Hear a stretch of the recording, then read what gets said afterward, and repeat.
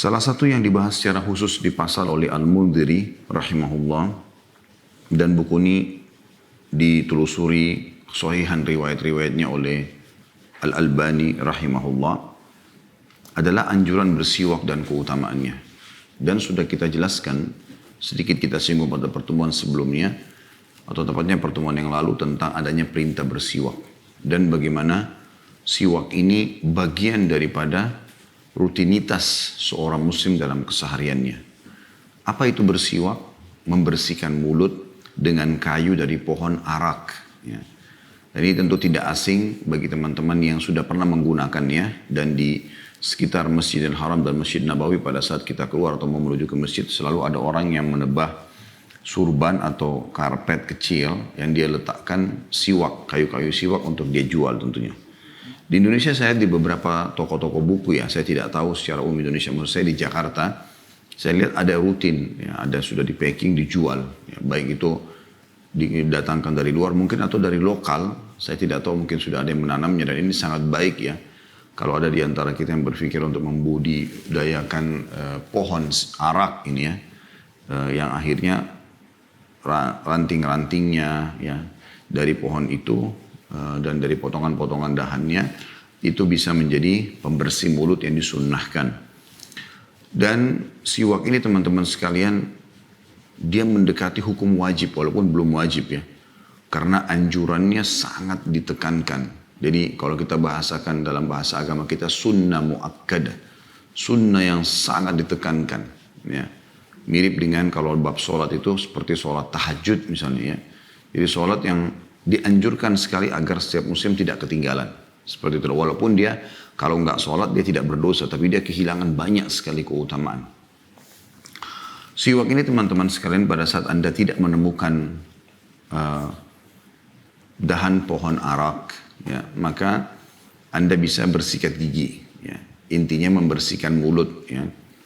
Makanya dalam bahasan kita kemarin tentang dahsyatnya Ramadan, sempat kita menyinggung masalah itu, ya.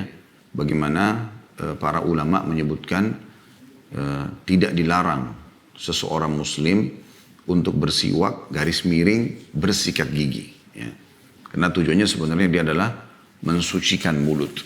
Mensucikan mulut.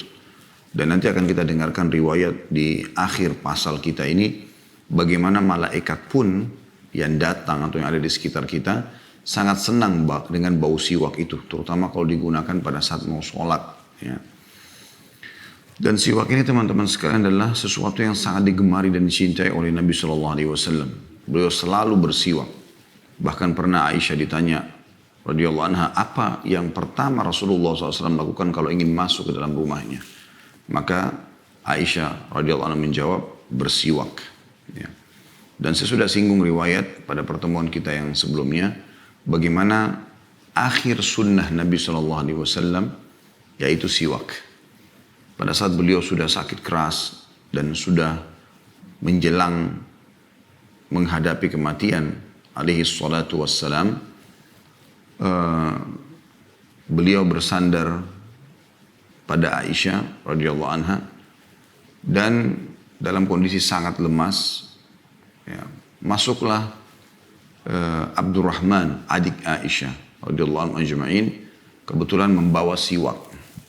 Maka mata Nabi SAW terarah ke siwak itu. Padahal beliau ini sedang menunggu kematian, detik-detik kematiannya. Sampai sebagian ulama mengatakan akhir sunnah yang Nabi SAW lakukan adalah siwak. Maka Aisyah pun paham.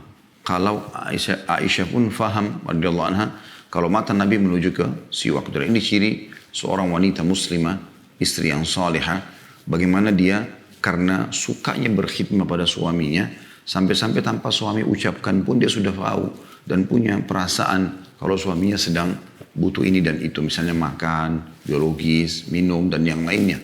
Hanya dengan bahasa tubuh misalnya, seperti itulah. Atau mungkin pada saat capek dia butuh untuk diberikan pelayanan, ya, sehingga dia bisa istirahat. Ya, seperti itulah kurang lebih. Maka Aisyah pun membisikkan kuping Nabi SAW sambil mengatakan, ya Rasulullah, apakah anda menginginkan siwak itu? Maka Nabi SAW memberikan isyarat dengan mata beliau, iya.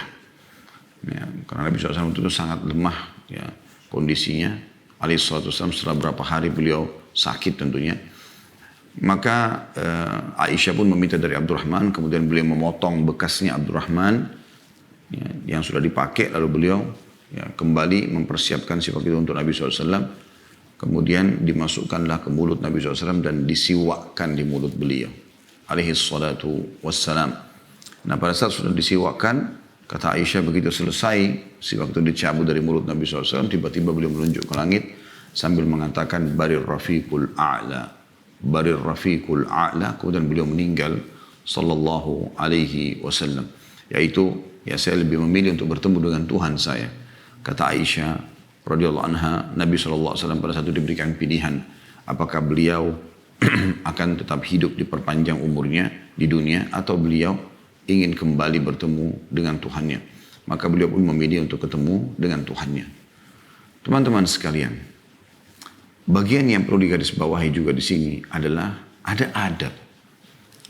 Kalau kita ingin bertemu dengan seseorang yang kita hormati misalnya, siapa saja itu, saya yakin, apalagi kalau orang itu punya kedudukan di mata kita ya, saya yakin kita akan berusaha semaksimal mungkin untuk berpenampilan yang bersih, rapi, menyisir rambut dengan rapi, bahkan tidak kalah penting, saya yakin Anda juga sepakat dengan saya, adalah menjaga bau mulut. Tidak jarang orang kalau mau ketemu dengan seorang tokoh misalnya, maka dia memakan permen, mungkin menyemprot mulutnya, ya, mungkin berkumur-kumur, dan seterusnya lah. Ya. Karena dia tahu kalau dia berbicara, kalau bau mulutnya wangi, maka membuat orang yang di sekitarnya nyaman, kan begitu. Di sini yang saya ingin titik beratkan adalah adab di sini. Bagaimana seorang muslim meletakkan adab ini dan didahulukan pada saat dia ingin berbicara dengan Tuhannya atau berzikirlah, berdoa, ya, berbicara dalam kata sini berdoa ya tentunya, sholat, kan dia sedang ya, berbicara dengan Tuhannya. Alhamdulillahirabbil alamin, segala puji bagi Tuhan alam semesta. Kan dalam hadis sahih dijelaskan Allah menjawab hamadani abdi, hambaku sedang memujiku, kan begitu. Sampai akhir Al-Fatihah itu semua ada jawabannya, gitu kan? Ar-Rahmanir Rahim, zat yang maha pengasih lagi maha penyayang. Allah menjawab athna alayya abdi, hambaku memuja-mujaku. Maliki yaumiddin, raja pemilik hari kiamat. Majadani abdi, kata Allah, hambaku meletakkan aku pada kedudukanku, ya. Iyyaka na'budu wa iyyaka nasta'in, hanya kepadamu kami menyembah, hanya kepadamu kami minta tolong. Allah menjawab hadza li wa li abdi. Iyyaka na'budu, hanya kepadamu kami menyembah, kata Allah, ini milikku, karena penyembahan hanya untuk Allah dan kita diciptakan untuk itu, untuk menyembah kepada Allah, patuh dan tunduk kepada peraturan-peraturannya, perintah dikerjakan, larangan dijauhi. Wa iyyaka nasta'in, dan kepadamu kami minta tolong. Allah mengatakan hadza li abdi, ini untuk hambaku, karena memang kita bisa minta tolong kepada Allah SWT. Ihdinas siratal mustaqim, tunjukkanlah kami jalan yang lurus. Siratal ladzina an'amta alaihim, jalan orang-orang yang telah Engkau berikan petunjuk. Ghairil maghdubi alaihim waladdallin, bukan orang-orang yang sesat juga, bukan orang-orang yang Kau murkahi dan juga yang sesat, ya Allah. Maka kita mengatakan amin, ya Allah kabulkanlah, seperti itu. Nah dari sini ihdinas siratal mustaqim sampai akhir Allah mengatakan hadza li abdi wa li abdi ma sa'al. Ini milik hambaku dan hambaku akan dapat apa yang dia minta itu. Sini teman-teman berarti kan ada komunikasi gitu. Termasuk kalau kita berzikir menyebut-nyebut nama Allah, ya. Termasuk kalau kita baca Al-Quran, ya. Harusnya seseorang muslim dan muslimah faham. Harus bajunya bersih, yang terbaik bahkan dipakai pada saat mau sholat, pada saat membaca Quran, pada saat mau berdoa, pada saat mau berzikir, ya. Pada saat mau mengajar, ya. Bahkan Anda tahu atau Anda mau belajar, ya. Imam Malik rahimahullah setiap kali mau menyampaikan hadis-hadis Nabi SAW, karena beliau dikenal dengan Imam Darul Hijrah, ya, ulamanya, kiai, ya. Imam itu kayak seorang tokoh, ulama, alim. Darul Hijrah maksudnya Madinah, karena luar biasa luasnya ilmunya, rahimahullah. Beliau itu setiap kali mau mengajarkan hadis, beliau mandi, bersih, pakai baju yang bersih, baru beliau mengajarkan. Jadi beliau melihat itu adalah bagian daripada adab. Baik kepada Allah yang memang memerintahkan untuk menyampaikan hukumnya, baik juga kepada Rasulullah SAW yang diamanahkan oleh Allah untuk menyampaikan kepada kita. Maka mukennahnya, sejadahnya, kopiahnya, baju kokonya, semuanya bersih. Kan juga nyaman kalau Anda habis mandi segar, Anda habis bersihkan mulut, pakai mouthwash, sikat gigi, baru Anda sholat, kan indah. Itu ada. Harusnya begitu.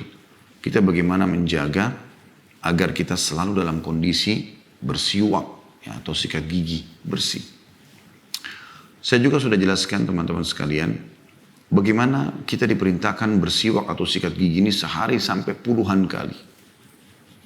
Ya, kalau saya tanya, kalau bersiwak atau sikat gigi sehari 5 kali bersih nggak? Saya yakin Anda mengatakan bersih. Karena kebanyakan standar orang 2-3 kali.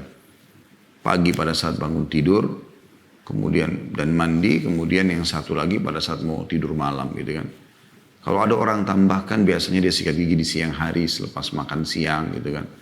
Itu juga bagus. Ada juga orang yang mungkin menambah petang, habis cemilan segala macam. Mungkin itu bagus saja gitu.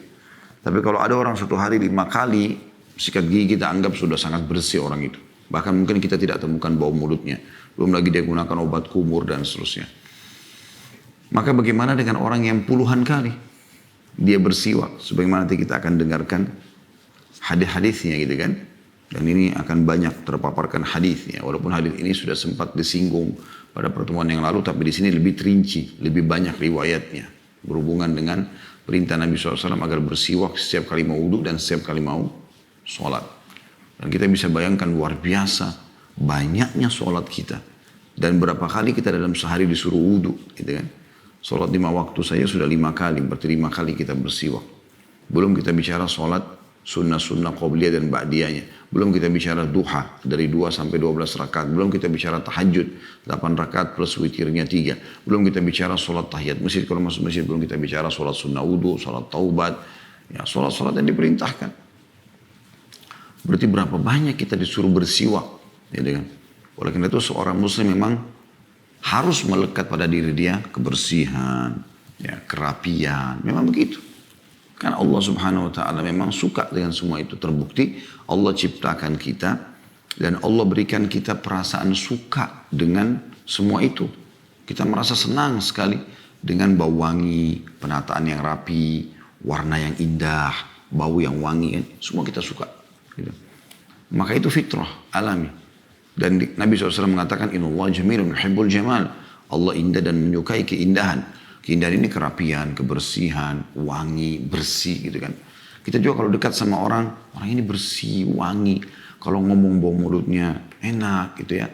Kemudian kalau pakaiannya bersih, rapi. Kalau kita dekat dengan dia tercium bau yang wangi gitu kan. Ditambah lagi dengan akhlak yang mulia, kesantunan, keramahan. Luar biasa, kita merasa nyaman dengan orang ini. Kita merasa nyaman dengan orang seperti ini. Seperti itulah. Maka harus kita perhatikan baik-baik teman-teman sekalian. Memang dalam Islam juga sangat ditekankan itu ya. Sampai kata Nabi SAW, 5 fitrah. 5 hal dasar yang tidak boleh luput dari seorang muslim. Berhubungan dengan kebersihan. Gitu kan. Memotong kuku.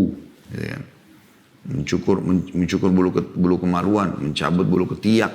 Khitan. Ya, tentu ini urutannya biasanya khitan duluan ya. Khitan, kemudian memotong kuku, kemudian mencabut bulu ketiak, mencukur bulu kemaluan, dan mencukur kumis bagi laki-laki yang terakhir ini. Ini selalu dianjurkan. Karena tempat-tempat ini kan lembab, tempat kumis, ada hembusan nafas, ketiak, kemaluan, supaya memang seseorang itu bersih, merasa nyaman. Ya. Sayangnya banyak di antara kaum muslimin sekarang menunggu sebuah survei dari seorang ilmuwan dari Amerika kah, dari Eropa kah, baru dia mengatakan, oh iya memang ada survei. Dan kalau dikatakan, oh tapi itu sudah disampaikan oleh Nabi SAW. Oh cuma gitu saja. Seakan-akan aneh kok Nabi sudah sampaikan ya. Padahal sebenarnya kalau anda ikuti syariat Allah SWT melalui Nabi Muhammad SAW, anda akan mendapatkan semua panduan itu tentunya.